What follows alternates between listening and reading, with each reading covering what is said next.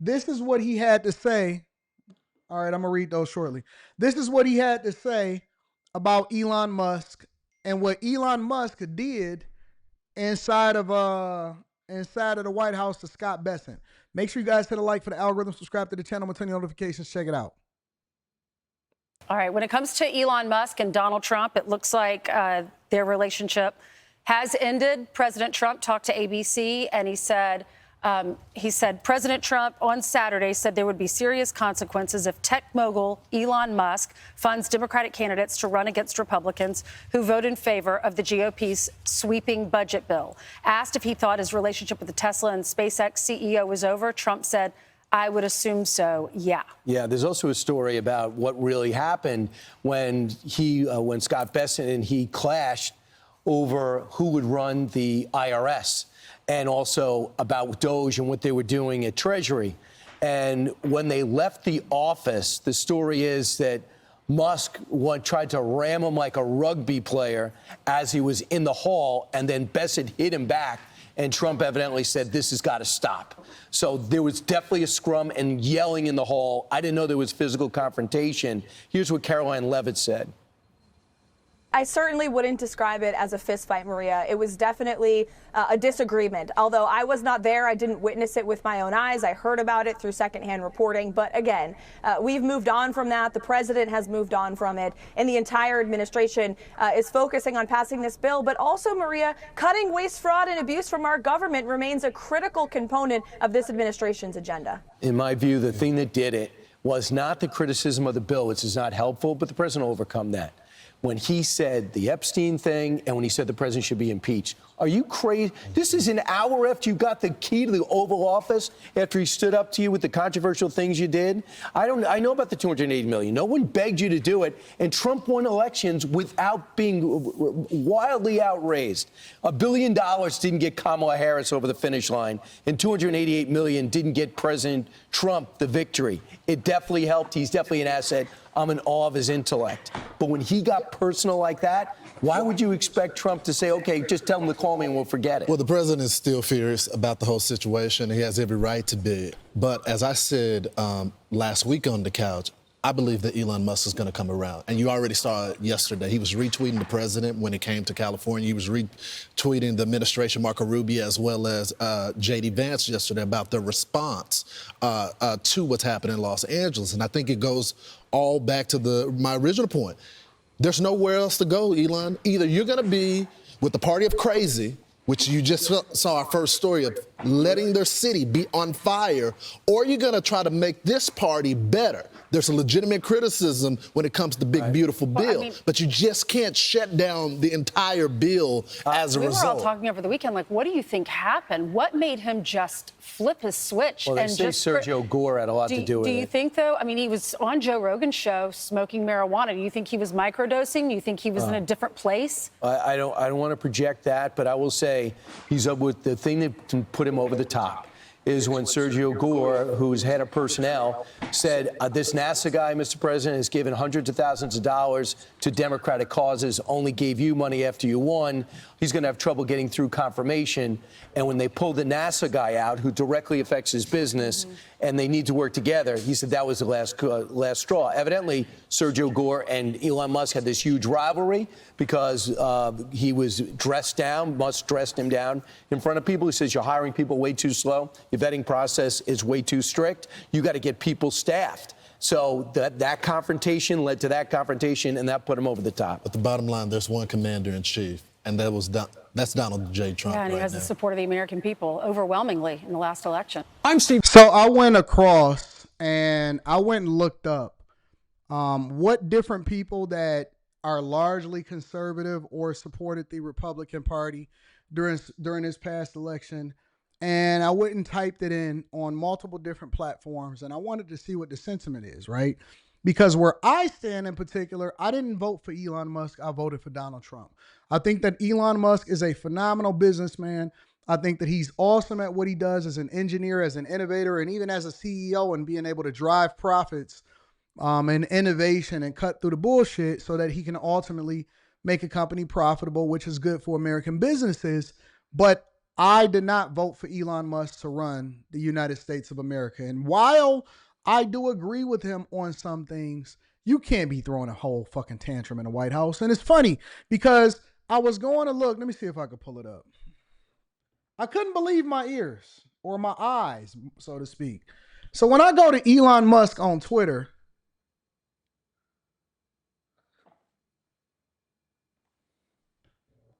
or let's just say X, formerly known as Twitter, I couldn't believe what I was seeing. So I go to X, formerly known as Twitter, right?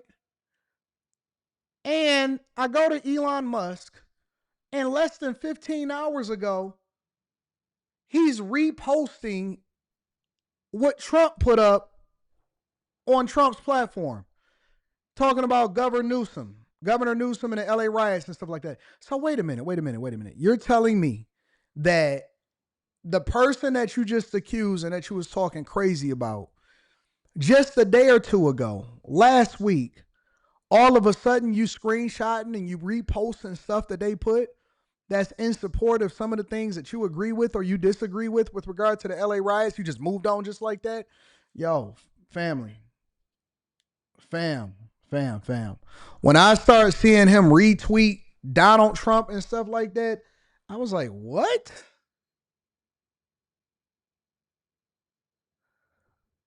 What kind of crash dummy is this? Crazy. So you just threw a whole tantrum. You said some wild stuff about me, all of that stuff. And now all of a sudden you cool with me again? I think so, Moses King. I think so. I think he bipolar. Real talk. I think he's bipolar. How do you do that in less than 24 hours? And then all of a sudden you start reposting stuff. Because I went on X and I said, wait a minute. What is this?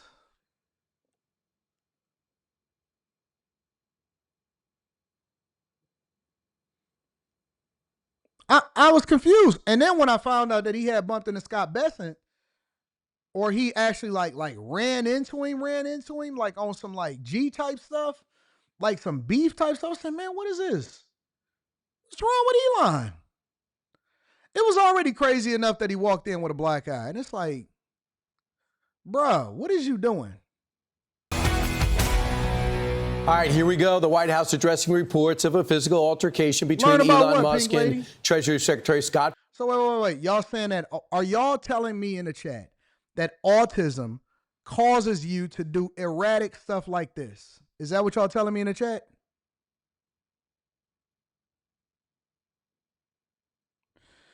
Listen, bro, we got to stop saying autism, bipolar, all of this stuff.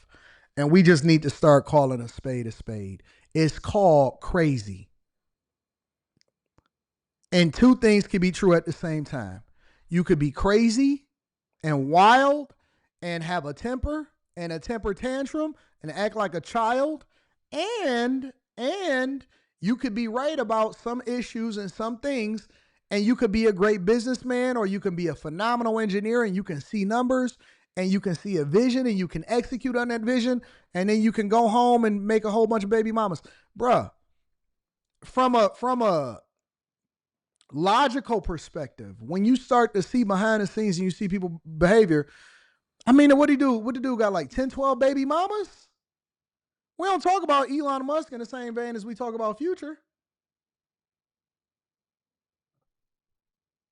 We don't talk about Elon Musk the same way that we talk about Future and Nick Cannon. All your baby mamas don't like you? All your baby mamas have a problem with you? Look, once we start pulling behind the curtain, now I got to start evaluating. Wait a minute. You running into people? You bullying the financial guy inside of the White House? Bessent earlier this year. I certainly wouldn't describe it as a fist fight, Maria. It was definitely a disagreement. Although I was not there, I didn't witness it with my facts, point to point. Elon is too rich for us to hold accountable.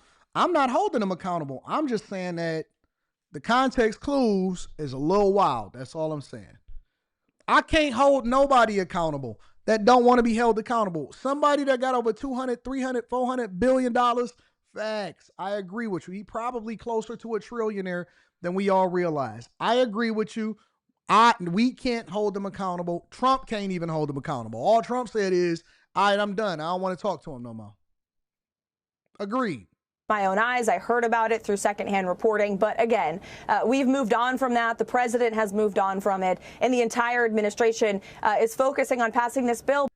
Yep, but in the midst of Musk's public fallout with the president, our next guest says at least we're arguing over how and where to slash spending, pointing out that just 3 years ago, the only spending talk was about how much would we spend. Wall Street Journal editor James Freeman joins us now. So we know about the physical stuff and people get into that. We already knew they were yelling at each other, body check or not. Your thoughts about the issues that Elon brought up when he exited? Yeah, well, I think Elon is angry in part because the cutting of the green subsidies went a little further than he wanted. Now, I don't want to knock Elon for that because I think he's really done the taxpayers a great service over the last several months trying to cut federal spending generally. I'm also not expecting him to be in a UFC match with Secretary Bessent anytime soon, and that's probably good for everybody. But yeah, the point I'm making only is, as you point out, the last time Washington did a reconciliation bill, that was 3 summers ago, that was the so-called Inflation Reduction Act. And this new big, beautiful bill is moving entirely in another direction. It's going to end up with the government spending less over the long term. The cuts are not as big as we would like. We hope the Senate goes even further because we obviously have a big debt and deficit problem. But overall, this is about restraining government, lower taxes, lower spending. And I think amid all this kind of personal conflict we've seen the last few days, I think for taxpayers, they should like the big picture in terms of the trajectory here finally turning around on government spending. I just think for the administration, get people out there that know the bill, that can explain it in everyday terms. And OMB director does a great job, and so does Speaker Johnson. I want you to hear what he said about the fracas and about where they go from here. Yes. Look, I didn't go out to craft a piece of legislation to please the richest man in the world. What we're trying to do is help hardworking Americans who are trying to provide for their families and make ends meet. Those are the people that are going to be excited about what this legislation produces. And that's what they got to do. It's 1,000 pages. Not many people can read 1,000 pages, except for the guys at the Wall Street Journal like you. AI. So they got to put it into everyday terms. Democrats want a different argument. They're not with Elon. They want to just spend like crazy. So they don't even know how to attack except for saying it's a tax break for billionaires. So this is a really Republican on a Republican fight. Yeah, and the details matter. And again, it would be great to get lower spending out of the Senate. But big picture, the heart of this is maintaining, simply not having a tax increase, but maintaining those great 2017 reforms that President Trump signed the last time he was in office. Right. By the way, a lot of this, I would say the heart of the bill is the president keeping campaign promises. Now, some of them I don't think do much for growth, and on policy, I'm not a big no. When we do our live stream, I'm doing this live stream this week in a Patreon where I'm basically showing you guys some of the things that I am doing and some of the things that some of my friends have discovered with how you can leverage AI to increase your productivity, to build new applications, to write the prompts, how it is that we're leveraging in content creation. Because although I'm not a fan of AI as far as the direction that it's going in, and I'm going to talk a little bit about it later on in this live stream, I do think that it's something that's happening, and I don't think that we should ignore it because, you know, change is evident, and if you don't evolve, then you're going to get left behind. But absolutely, you can get AI to read that in no time. That 1,000 pages, summarize it, pull it in bullet points. We're going to talk about it on the Patreon. Make sure y'all tap into the Patreon. We're going to go into that prior to we go into Stock Club for our next Stock Club. But we got the AI that we're going to talk about on the Patreon right after that. No tax on tips, guys. I don't know why I always want to take care of my bartender, but I don't understand why he should get a different tax regime than other people. But basically, this is about growth. Tax Foundation says the economy long term is 0.8% larger after we do this, about 1 million more jobs.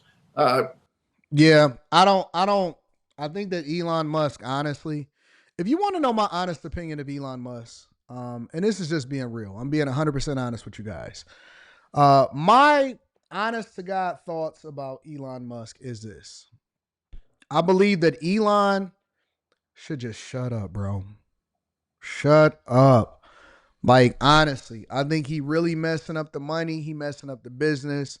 He's starting to impede on things that we want to do and the unity that we had. And he, I would like for him to take a break. I don't think that he needs to take a permanent break, but I would like for him to take a minor break so that he can get back to running Tesla, focusing on SpaceX, focusing on the things that matter. The more that he focuses on things that's not relevant to what he got going on with his business, I would like for him to remove the volatility from investors' concerns and focus more on what he's great at and what he's the CEO of. Honestly, you said he need to fire his PR manager ASAP, King Ali. I don't think he has one. I don't believe that Elon Musk has a PR manager. I think he is a rogue agent doing what he want to do when he want to do it. I think he just need a break. He probably sleep deprived, got punched in the eye by one of his girlfriends or something like that. Who knows?